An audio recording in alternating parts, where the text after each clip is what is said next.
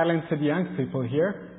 I was surprised last weekend, maybe some of you have heard, we had this youth camp meeting going on somewhere not far from here, and Kevin, Sven, Johannes and myself were there, and Sven came and said, I want to play you a song, yeah? And then he took out his mobile and had the song going.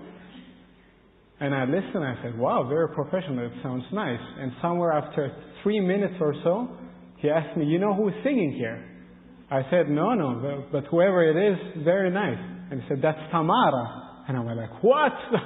It can't be true, it can't be true. I'm surprised all the time by the talents coming out. Very great song. And we had this trumpet going on as well this morning by Eli. You know, it's like we have so many, in Germany you say, versteckte Talente. You have many hidden talents that come out, and we had a taste of it. Thanks a lot to you as well. And what inspired me this morning, by the way, I did not say good morning yet. Good morning, everyone. Nice to see all of you. What inspired me this morning, added to this, was Bill's special feature. He's sharing his experience to us, and I said to him, there should be a second part coming up, because he did not tell you everything yet. That was like the introduction. Yeah? There is this very exciting part, and Bill, please, yeah? You need to share that with us. It was really inspiring for me. I'm not going to go into the content. Yeah, it would kill the excitement. And I'm happy as well for Margit. I want to express it as well, that you are moving to Darmstadt, and I hope that you're going to find your home here in our church. Yeah? Monica's not alone, and she was saying to me all the time, Margit is coming soon, and now you're there. Hope you like it here. Good to see all of you again this morning. There are some times in life that we experience very moving moments, and at the same time shocking. And I had one of these moments just about 2 months ago, when a person of 60 years old, a good friend of my sister's and her family in Dortmund, passed away. Totally unexpected. He's the elder of the church to which my sister goes around Dortmund, and he was going with the subway, and all of a sudden his heart stood still, and before he even reached the hospital, he passed. And that was a very big shock for his family. He was a father of 5 children, and a very big shock for his church as well. He was leading a church, and he was a leader of many Ethiopian churches all around Europe. Well, in fact, not directly a leader, but he used to travel around and encourage them. And this came as a total shock, totally unexpected, and he was gone. And I went to the funeral, which took place in Bochum. That's a city around Dortmund, and the church was packed. There were like 400, 500 people there. And people were going up front and sharing their experiences with this person. And it was interesting that the tenor of what was said about this person in the testimonies of the people was that the people felt loved by him. So many would come up and say, Gash Toelde, that's his name. He was a person who gave us a sense of belongingness. And in his when he was around us, we felt accepted, we felt loved. And that's what stayed in our minds. And that was this testimony which was shared again and again by many. And it took like 2 hours or so, and in the end, the family went up front to the stage, and you could sense that tension filled the room. They went up front, and they were about to say something, and everybody was wondering, what are they going to say now? Because it was a very speechless situation. It was a very big shock for them, and tension filled the room. And the youngest son, he is about 21, went up to the mic microphone and said, you know, I have not only lost my father, what I just lost is in fact my best friend.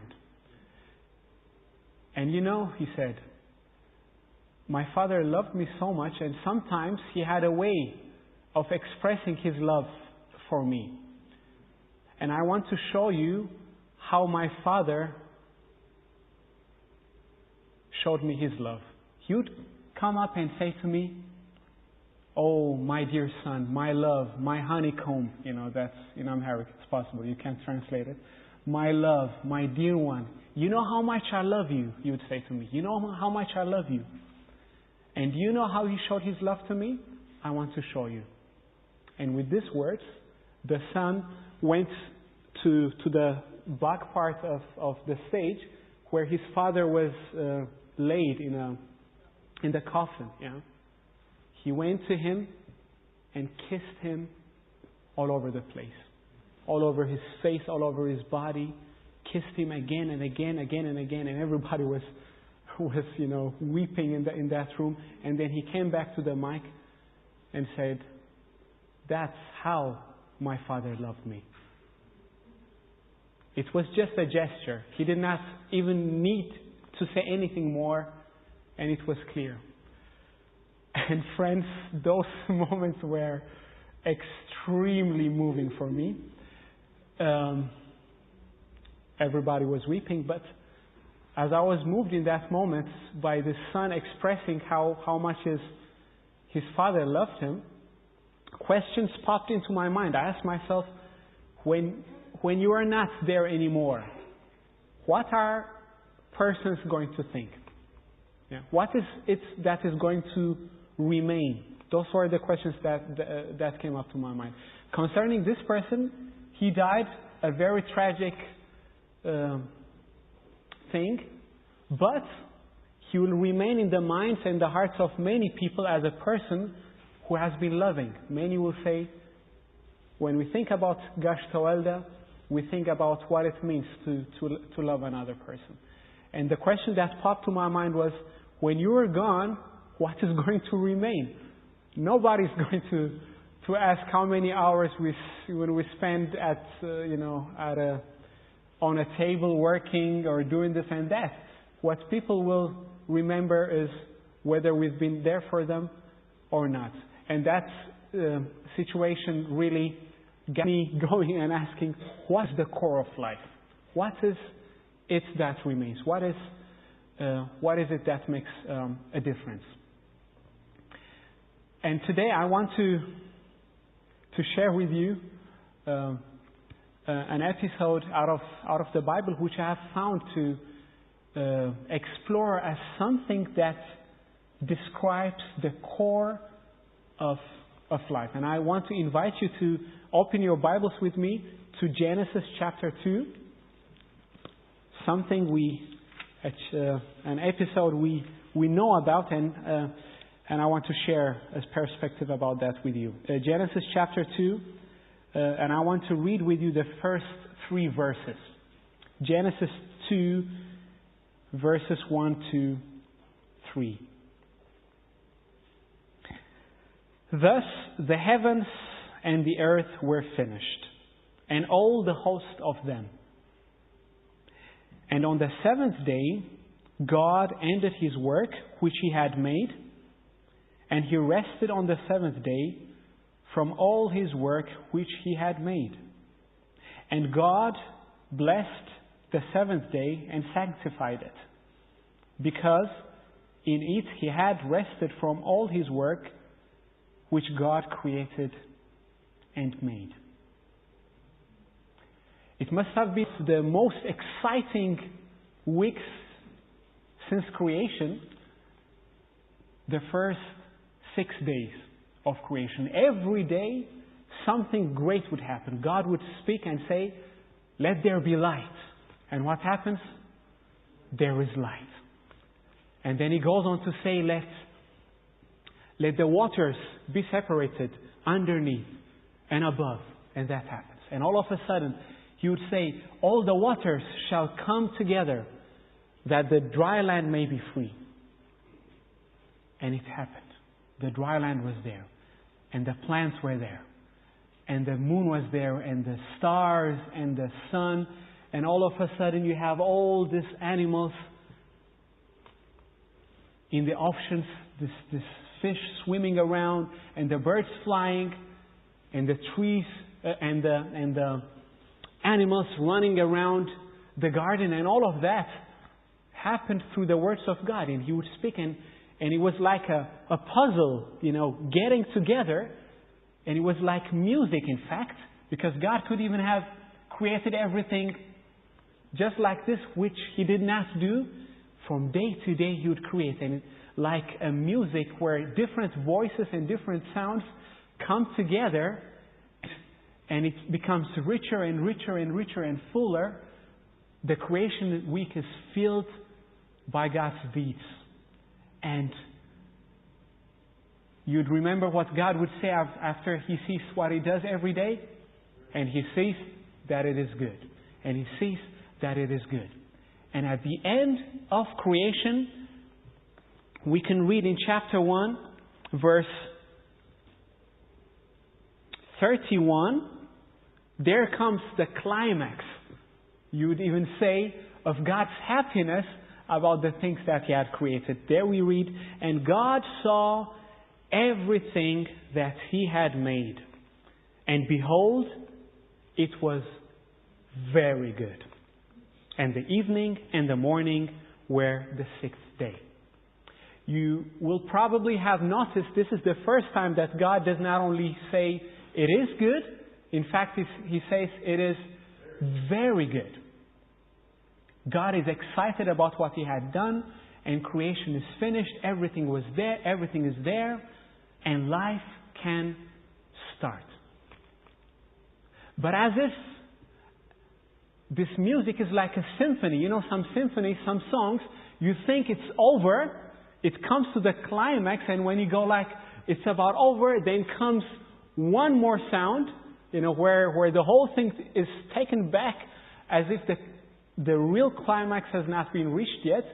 At this point where you think God declares everything to be good and life can start now, the symphony continues with the words that we just read, where we hear, thus the heavens and the earth were finished and all the host of them. Of course they were finished, and we would say, all right, they are finished and we know that. But look closer to what this scripture says about the fact when everything was finished. Verse 2, and on the seventh day, God ended His work which He had made. You see what's going on? Hey, I thought God was finished on the sixth day. Everything was finished. Everything was created. No. The author tells us on the seventh day, God ended His work. And not only that, God blessed the seventh day and made it something special. And you'd go like, how can this be? How can a day on which, for that matter, nothing tangible happens, a day on which God only rested, be declared to be something special? First of all, was everything not finished on the sixth day? And second, God declares a day in which He was totally inefficient, if you want to say so, and declares it to be something blessed and special. Imagine the day when the sun and the stars and the moon were created. Wow, that was a big day, wasn't it? Or the day when God said, let there be light. And light flooded all this earth. Wasn't that something special? And not only that, the sixth day when God would go and say, let us make man in our own image. When man was created as the ruler of this earth, as someone who was special with difference to the other created beings, and somebody who was taking care of all of creation. And not only that, as a person who was created, in God's likeness, wouldn't that day be something special? But not that day was declared special. God declares a day to be something special on which nothing happens. The first thing that we find here is not things that are created are the center of life, but God Himself. Not things that are made are the most important things in life, but the center of all that is God Himself. But of course, I can still ask the question, all that God did on this day was rest. And how can a day on which nothing happens, on which He rests, be the most special day? And that's what triggered in my mind the question, what did God do on that day? Why did He rest? Was He tired? Was He exhausted? It was a hard week, wasn't it? Creating all the heavens and the earth, that's some work to be done. And if we did not know much about God, we have the whole Bible to tell us that God is never tired and all of that. But if we only had Genesis chapter 1, we could assume, all right, a hard week of work, so He needs some rest. But watch, how did God create the things that He created? Did He work? No, He spoke. So there's nothing tiresome about speaking and the things being there. So, of course, all of us can imagine it cannot have something to do with God being exhausted. So what did God do when He rested? Because, do you see the stress in verse 3? And God blessed the seventh day and sanctified it, and there comes the reason, because that in it He had rested from all His work which God created and made. There is a stress in the text pointing the reason that God blessed and sanctified the seventh day is because He rested. So the question, what is so special about God resting that makes this day special? Or what does God do when He rests? Does He go to bed? Just hang around? The text does not tell us anything. But you know what we can do? We can ask. If God has a personal relationship to the things that He creates, and you remember, He would create and say, wow, it is good. It is good, it is good. And He would do all these things. What can you imagine would He be doing at the end of that week? Or maybe as a point of help, how do we humans function when we do something and we make it?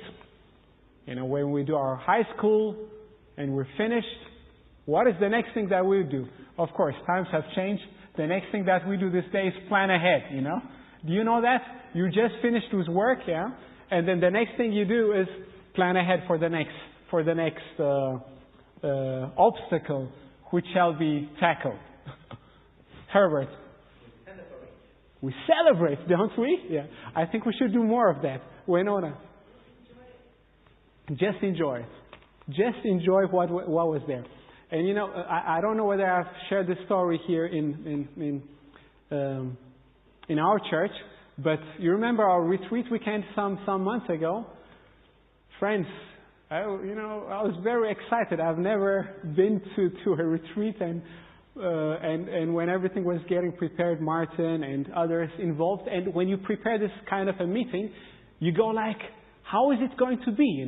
Are we going to like it? Are we going to enjoy it? Would it be a blessing? And I think many of us can confirm that we had a blessed weekend, didn't we? And when that weekend was over, we went wow, it was great. And Martin would remember just before we left, okay, I have to admit something. I'm one of those guys, when I'm finished with one thing, I'm already at the next station, the next challenge which should be taken. But I thought, this is something worth celebrating, It was a great weekend and we can relax and go wow, God has blessed. And I said to Martin, we need to celebrate this, which we which we did in a small section, in a small setting. But what we do is when you manage something, you celebrate. Or when you have a new house or Wohnung, how do you say, apartment, and you are settled and everything is set at place, yeah. What do you do? Yeah, well, not everybody does it. I forget to do it too. But one thing that you can do is hey friends, come over. I got this new flat. We gotta celebrate. Or when you finished with school, or when you have a birthday. When things are finished, we go we need to celebrate. And enjoy the work of our hands. I want to ask in this round, who of you,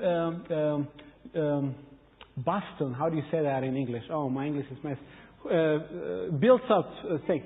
Handicraft. Does anyone of you do handicraft? Things, setting up his own table and, or decorating or making things with his hands, yeah? Yeah, Mel, yeah. Mel does a lot of that. So what do you do when you're finished and when you have decorated the room, for example at the retreat, and the flowers are set in place and everything is there where it is supposed to be? What do you feel then? Happy? A rhetorical question, yeah? Of course you go wow, this is the work of my hands. And I rejoice and I'm happy about it. Friends, we should do more of that and not go to the next step.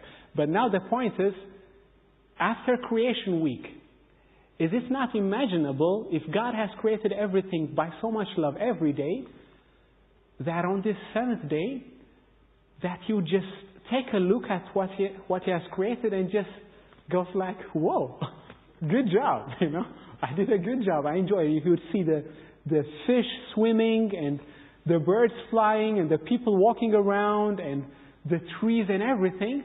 Is it imaginable that God looked at creation and said, wow, it is so great, and that He celebrated?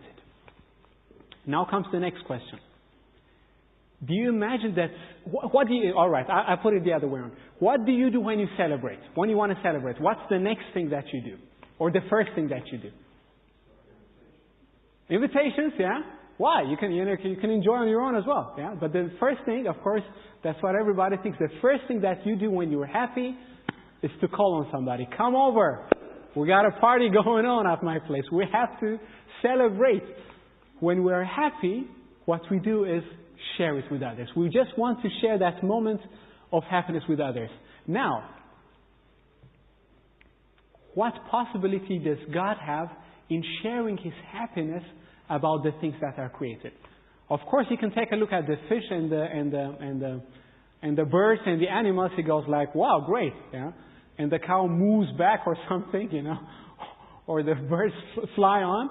But He cannot share His joy as He can with two persons in that garden. Those are the two persons He has created in His own image.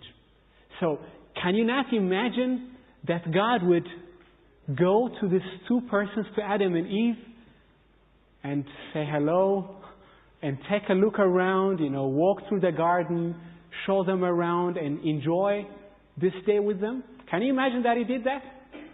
Well, I sure can. I think God and the two persons got together and enjoyed this first full day after creation. Fellowshipping, walking around, talking.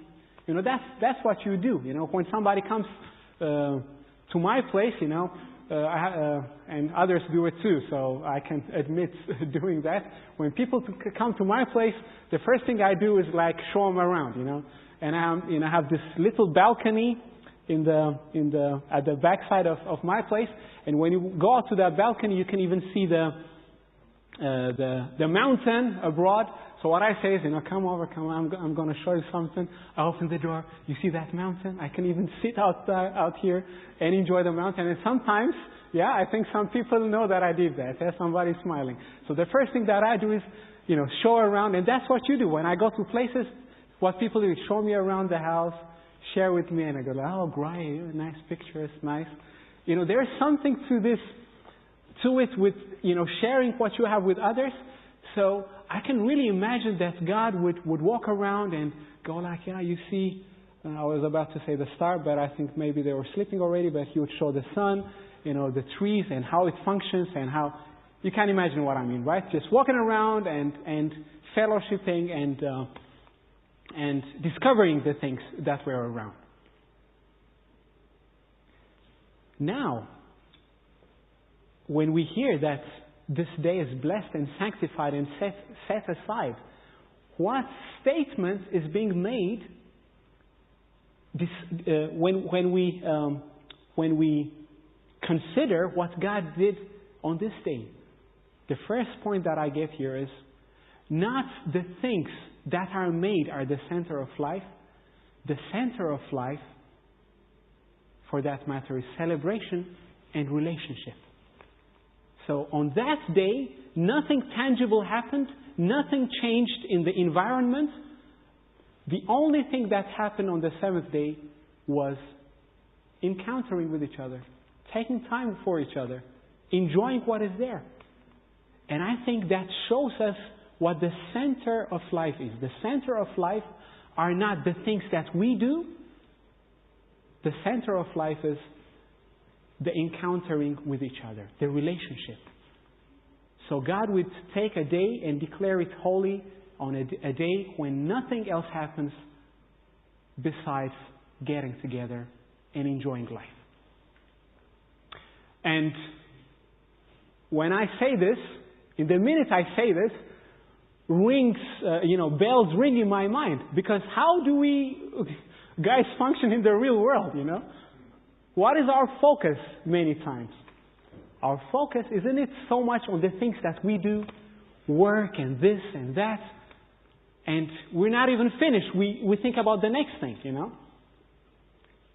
And sometimes, of course, none of us would do it, even people become instruments to get from A to B. Some years ago, this guy called me. I know from church, a young guy, and I did not see him for many years. And he called and said, "Hey, Simret, how you doing?" I said, "Hey, so and so. Oh, nice to hear you. I'm so glad that you called. How are you doing? And where have you been?" And he said, "I'm fine." And we talked. And after a few minutes, I realized why he called. He did not call to say hello. He was selling insurance. Yeah. And the church is a very big, how do you say, kunde, clients. That's right, source of clients. So what this guy was doing was calling everybody to sell insurance. And I was so naive. So great to hear you. And then later I found out, okay, what he wanted was sell his insurance. No problems in making a living. Yeah, don't get me wrong. But you know what I mean? The point is that even persons can become stepping stones in getting from A to B. But the center of life, according to Genesis 2, is the center of life is relationship. Not the things that we do, but the relationships that we have are most important. It's about how we show the people that are dear to us. It's about how we show God, who is dear to us, what this people in God means to us. And that's what makes the difference. And then comes the next step. The first day the two people experienced, Adam and Eve, was a day when everything was there. They did not have to do anything. So Adam would wake up. Okay, first he was alone and he sensed it, and God led him through that experience of desire before Eve was created. But besides that, everything was there. Everything was created. Man did not have to do anything in order to earn life. Man did not have to do anything to deserve what he has. The first thing that man experienced was everything that is important for life is already there. Is provided for by God. So it is not what man did that made him special. Man was special already just for the sake of who he was. And just for the sake of what he meant to God. Man did not have to deserve or earn anything. He was special just because who He was. And when I think about society, how does it work many times? Many times, doesn't our society work that your value is defined, earned and defined by what you have, or by what you do, or by what you can perform. If you are beautiful, if you are intelligent, if you are talented, if you are hardworking, if you are nice, what do you get? You get rewards and attention. That's how we work. In fact, we're not far from that. That's even something we experience in families as well. I remember when I was a kid, my mother used to say to me, "If you don't eat up, then Marx is going to come." This Marx, this German philosopher. There was, it was communism in Ethiopia, and we had Lenin, Marx, and Engels. Their pictures were everywhere. I knew how they looked like more than I knew how my uncle looked like. So Marx had this. If you have his picture, he has this beard. This big beard. And when I was like 4 years old, I was scared to hell when I saw Marx, That's why my brothers, when they wanted to scare me, they would come with a picture of Marx. Ah! All right. So my mom said, "Marx is going to come if you don't eat up." Ah, all right. Let's go for it now. Or the other way around, if you eat up, you're going to get a dessert or something. You know that, as a reward. And friends, I don't have anything against this education systems. The problem only sets in that when we show love or affection depending on what the child does or does not do. And that is something that can be a mindset, because we do many things not because we want to do them in time if we don't watch out, but because for others to like us. You know what I mean? So that is, many of the things that we experience are attached to rewards, to what we have, to what we do, to what we have to offer. And in fact, that's how society, for that matter, works. There was this friend of mine who would come to me, a very, very intelligent person, great at school, and this person said to me, all those people in school would come to me when they needed help, and I would help them math or whatever, and when they have something to share, they would come and share it. But when I needed them, they were not there. So what happens there is the person was helping all the time, but she was going like, "Hey, if I help, I'm going to get some attention." But the problem is, we don't want attention for the things that we do, but we want attention for who we are. And what the Sabbath reminds us is, not what you do gives you value. You are valuable already. It is not the things that you create, that you make, that make you something special. You are special already in God's sight. This German philosopher said, maybe I've heard of it, "I am because I think." Now I have to put it the other way around. I think, therefore I am. It was Descartes who said that. Because I'm able to think, because I'm able to function, my being is derived. I am somebody because I'm able to think and function.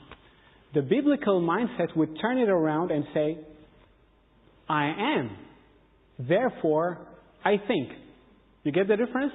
You are something special in God's sight. And because you are, you can make a change.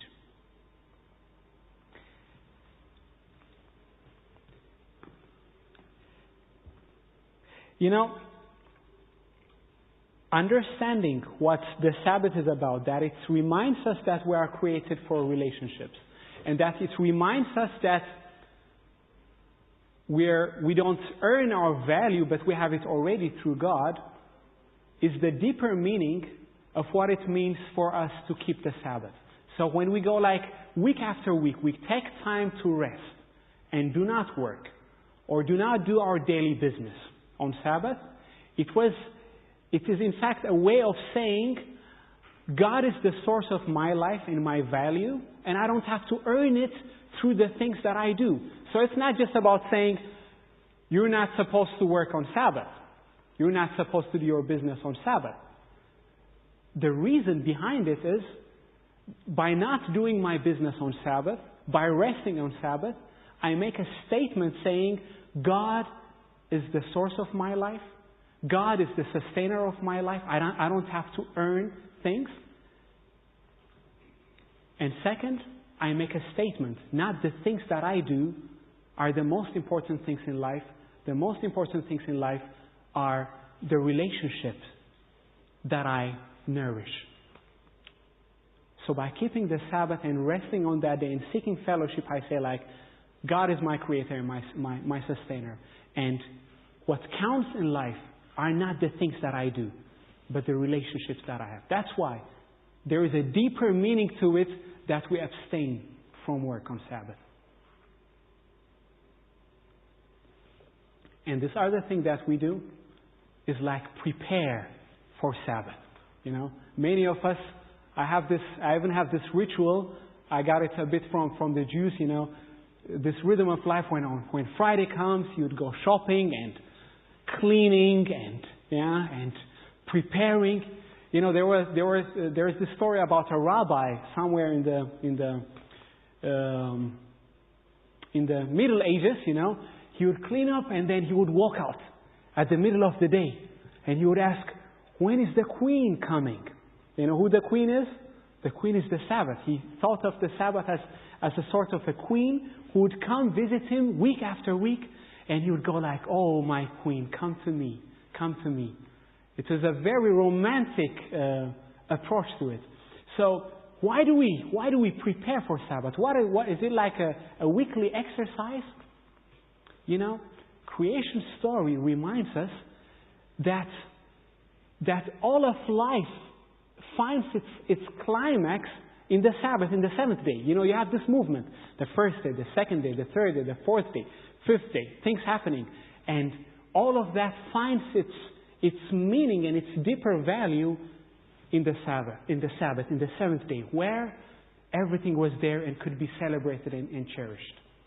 So, you remember sometimes we would say the Sabbath is there so that we can gain some energy for the coming week. Yeah? So, you know, we can rest and gain energy for the coming week. There is something to it, but that's not the point of the Sabbath. The Sabbath is not a method to be more effective. You know, that's in fact what the Jews told the Romans during Jesus' times when they had to deal with them and reason why they don't work on Sabbath. They had this nice idea, and they said, you know, if we rest on Sabbath, we can be more effective for the next week. Yeah. So the Sabbath was there in order to function for coming times. No. It's just the other way around. The week is there for the Sabbath. The things that are done during the week are done for the Sabbath. And you know which example we can take? Let us say I would work for my family. I don't have it yet, but you know, when I have it, you can imagine. And buy my kids, what do you call them? Toys, yeah? And they got everything they need, but Dad is never around because he's working. And if they go like, "Hey, Dad, take your time," and I go like, "I'm working for you so that you can have everything that you need." Are my kids going to care about all the toys if I don't take time for them? Of course not, because what matters most is that they sense that I am there and that I take time for them. So the point of this example is the things that we do, my work, which is important to sustain my family, is not the end.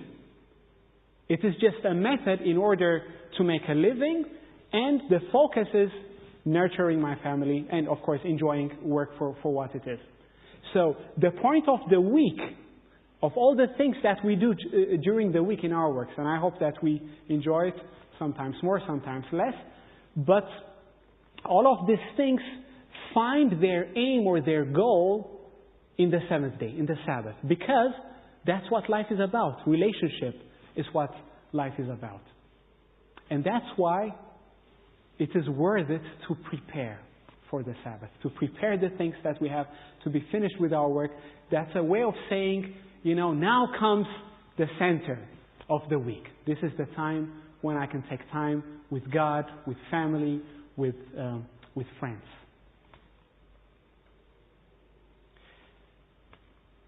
I set out by asking the question, what is the core of life?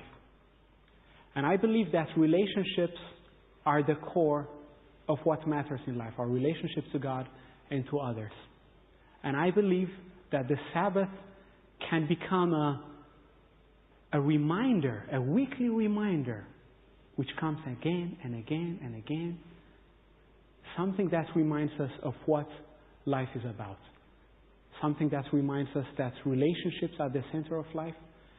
A day that reminds us that we don't have to earn our value, that we are valuable already. We are special already through what we mean to God. And at the same time, it can remind us that we don't have to think that we are the sustainers of life. God is our creator and our sustainer. And what I wish for you and for me is every time, this Sabbath surrounds us like a gift, anywhere we are, that we are reminded of what the core of our life is about. Amen.